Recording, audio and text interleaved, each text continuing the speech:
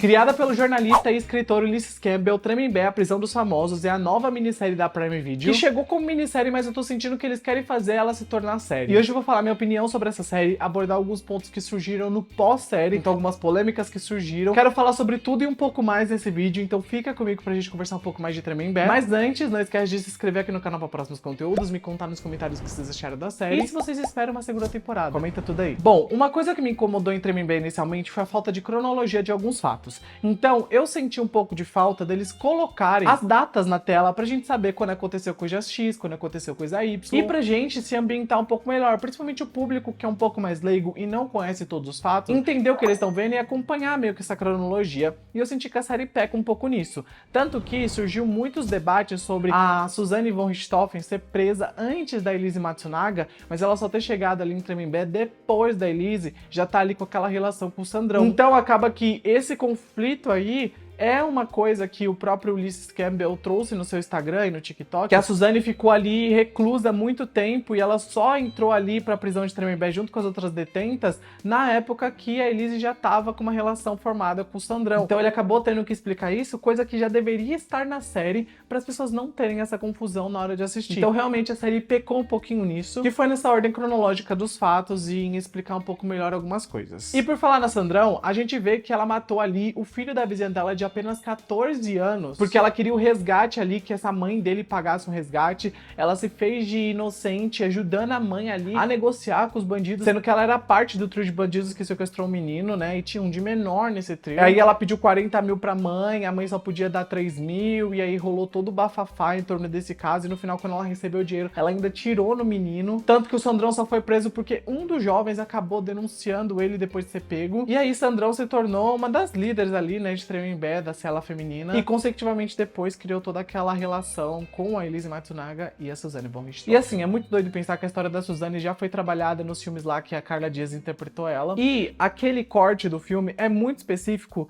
da reconstituição das mortes que aconteceram. Enquanto aqui a gente vê uma Suzane um pouco mais madura, uma Suzane que já passou um tempo presa, uma Suzane que já viveu atrás das grades e sabe das consequências disso. Então, são duas perspectivas diferentes, e eu vi muita gente rivalizando a Marina Rui Barbosa e a Carla Dias por conta das suas performances diferentes. Mas cada uma interpretou a Suzane num momento diferente da vida dela. Então, consecutivamente, acaba que são interpretações diferentes e, no final das contas, até se complementam. Então, eu acho que a Marina encontrou o seu norte ali dentro dessa personagem, tanto que eu sinto que alguns trejeitos ficaram legais, principalmente comparando com algumas entrevistas que a Suzane deu na época, enquanto a Carla foi uma menininha mais inocente, porque ela queria meio que passar a vibe de nossa, meus pais morreram, quem matou eles? Então, existe essa dualidade entre essas duas, mas uma coisa permanece igual nas duas atuações, que é a forma manipuladora com que a Suzane agia. Então a gente vê que a Suzane manipula o Sandrão atrás das grades, ela manipula o advogado, manipula o promotor, até meio que quando ela quis tirar ele do caminho, acusou ele de assédio,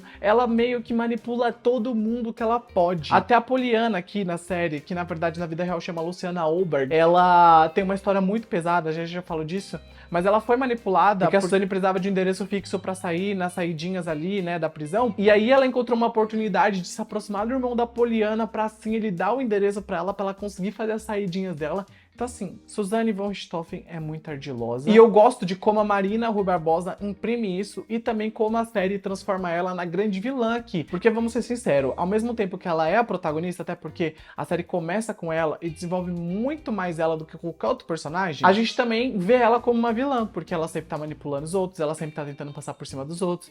Então tem todo esse desenvolvimento da Suzane por trás do que a gente tá vendo. Que por um lado é legal, porque eu acho que a performance da Marina em alguns momentos é boa, mas por outro, algumas coisas como a caracterização, aquela prótese que ela colocou no dente. Gente, não, aquela prótese não rolou muito pra mim, eu acho que ficou muito exagerado, sabe, caricato. Então, por mais que eu tenha gostado da performance da Marina, eu acho que essa parte da caracterização, principalmente dos dentes, não foi uma das minhas coisas favoritas. Acho que o cabelo e o jeito de agir foi igualzinho. Mas o dente me incomodou demais e me tirava muito da imersão. Claro que eu não podia deixar de mencionar a participação mais do que especial do Gugu Liberato na série, interpretado pelo Paulo Vilhena, que foi uma participação interessante, porque o Paulo deu uma caracterização pro Gugu, que eu particularmente gostei. Acho que ele até brilhantou ali a cena onde a gente via a entrevista dele com a Suzane von Richthofen e também com o Sandrão. E eu acho que essa cena captura muito bem o que Tremembé quer ser, que é uma série nada profunda. Uma série que beira ali a superficialidade e tenta ser tão midiática quanto quanto o Gugu era na época. Então, por mais que a gente veja que a série não tenta romantizar os detentos ali dentro, e a gente vai falar sobre isso ao longo do vídeo, a gente também percebe que ela não tenta ser profunda.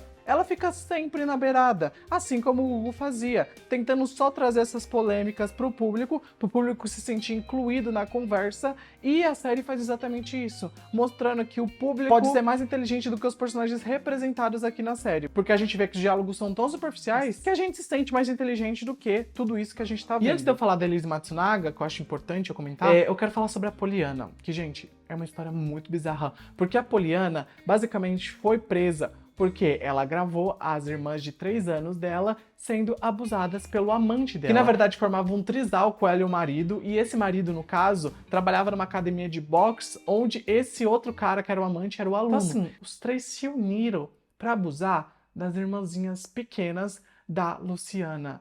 Assim, bizarro demais, galera. E como se isso não bastasse, já fosse uma coisa hedionda, ela ainda gravou tudo, jogou num grupo de pedófilos. E até o pessoal do grupo acabou meio que achando muito pesado e denunciou ela pro conselho tutelar e acabaram capturando ela depois. E segundo a polícia da época, ela não apresentou nenhum remorso pelo que ela fez. Então, bizarro, gente. Bizarro esse caso da Poliana. E agora vamos falar da Elise Matsunaga, a nossa farofeira que gosta de preparar a farofa do marido. No caso, a Elise tinha uma bagagem muito grande nas costas, porque ela acabou matando o marido e picotando ele. Mas a gente para pra pensar em toda a história que ela conta sobre o marido ser abusivo, sobre o marido meio que ameaçar a filha, sobre o marido realmente não ser uma boa pessoa. E aí as pessoas até acabam ficando do lado dela, porque se parar pra pensar, se o marido tivesse matado ela, não teria surgido toda essa repercussão que surgiu quando ela matou o marido. Então ela traz um contraponto muito bom que até acaba servindo pro público olhar pra ela de uma outra maneira. Tanto que eu já vi muitas pessoas ficando do lado dela, fazendo edits pra ela e olhando pro que ela fez como uma legítima defesa. Então assim, eu acho que de todos ali que estão em Tremembé, ela é a menos pior. Então, não tô querendo dizer que o que ela fez é certo, tá? Mas ela é a menos pior. E pra mim, ela junto com a Sandrão são as melhores atrizes aí dessa parte feminina, porque, sinceramente, a atriz que interpreta a Sandrão, por exemplo, é uma fofura, um amor de pessoa. E aí ela interpreta uma casca grossa que não parece ela em nada. Então, assim, é chocante. E essa atriz que interpreta a Elise, ela é fofinha e ela consegue trazer esse lado mais fofo da Elise, mas sem romantizar ela. Então eu gostei disso. E por falar em romantizar, uma coisa que eu senti que Tremembé não fez foi romantizar os personagens, graças ao bom Deus. Diferente, por exemplo, da história de Ed Gein, que romantizou demais aquele assassino, aqui eu não senti isso com todos esses detentos. Mesmo que a gente conheça um pouco da história deles, da forma com que eles agem dentro da prisão e como que eles lidam com cada dia que eles vão passando ali dentro, ainda assim não é uma romantização do que a gente tá vendo, e também eles tentam mais humanizar as pessoas e mostrar que sim, existe um ser humano por trás desse monstro que a gente tá vendo. Mas ainda assim, o monstro tá ali, sabe? Então, no final das contas, eu acho muito difícil as pessoas romantizarem o que Tremembé tá apresentando, porque realmente não é uma série que romantiza a história que a gente tá vendo. Entretanto, apesar de todo o potencial narrativo, a série acaba tropeçando por conta dos próprios excessos. Como, por exemplo, alguns diálogos que são meio cafonas, um tom de comédia meio deslocado, principalmente por conta da trilha sonora e de alguns efeitos sonoros, que eu vou falar um pouco mais sobre isso lá no final do vídeo. E também eles transformam a história que poderia abraçar mais o drama numa coisa mais novelesca. E isso acaba sabotando a própria proposta da série. Mas não dá pra negar que a narrativa aqui é muito envolvente. Porém, eu noto que eles não querem discutir muitos dilemas morais por trás dos casos que eles estão apresentando. Eles só querem apresentar e ponto. Então acaba que tudo aqui só se torna um entretenimento e não algo para as pessoas assistirem e vou levar isso como base de tudo que aconteceu lá. Não, você tem que assistir como realmente uma série meio que ficcional, baseada em histórias reais. E agora, pra fazer a conexão do presídio masculino com o feminino, eu quero falar agora do caso dos Nardoni. Que assim, gente, é bizarro saber que basicamente eles podem ter cortado a rede de proteção e jogado a Isabela Nardoni de um prédio. Esse caso me espanta até hoje, porque eu lembro de acompanhar esse caso na TV, então não foi algo fácil pra mim, ainda mais quando eu era uma criança. Mas a forma com que a Ana Carolina Jatobá é trazida aqui pra série, com uma vibe mais, nossa, eu sou tão pequenininha, eu sou tão injustiçadinha, me deixou um pouquinho incomodado, não vou mentir pra vocês. Eu acho que de todos os personagens, ela é a que mais sofre dentro da prisão, ainda mais sofrendo bullying de algumas pessoas aleatórias, que eu fico pensando, cara, vocês fizeram umas coisas tão horríveis quanto ela, vocês estão tentando só jogar a culpa nas costas dela, como se vocês também não fossem monstros.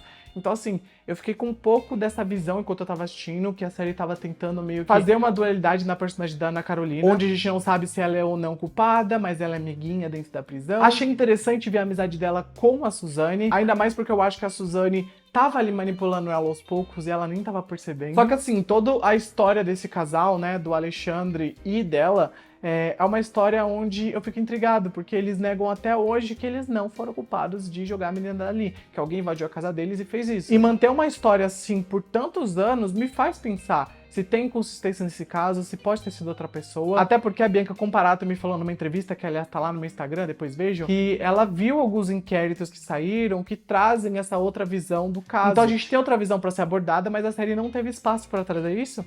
E eles colocam em pequenos momentos essa possível inocência da Ana Carolina. Mas aí você fica na dúvida, será que é inocente? Será que não? Será que só tava fingindo?